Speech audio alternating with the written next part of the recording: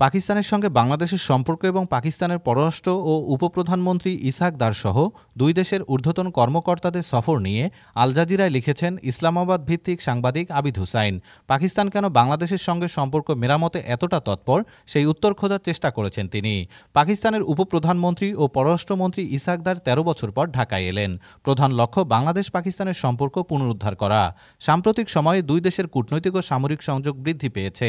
ইসহাক দার বলেন, করাচি থেকে চট্টগ্রাম, লাহোর থেকে ঢাকা তরুণদের একসঙ্গে কাজ করতে হবে। শেখ হাসিনার পদত্যাগ ও ভারতের সঙ্গে বাংলাদেশের সম্পর্কের জটিলতা পাকিস্তানের তৎপরতা বাড়িয়েছে।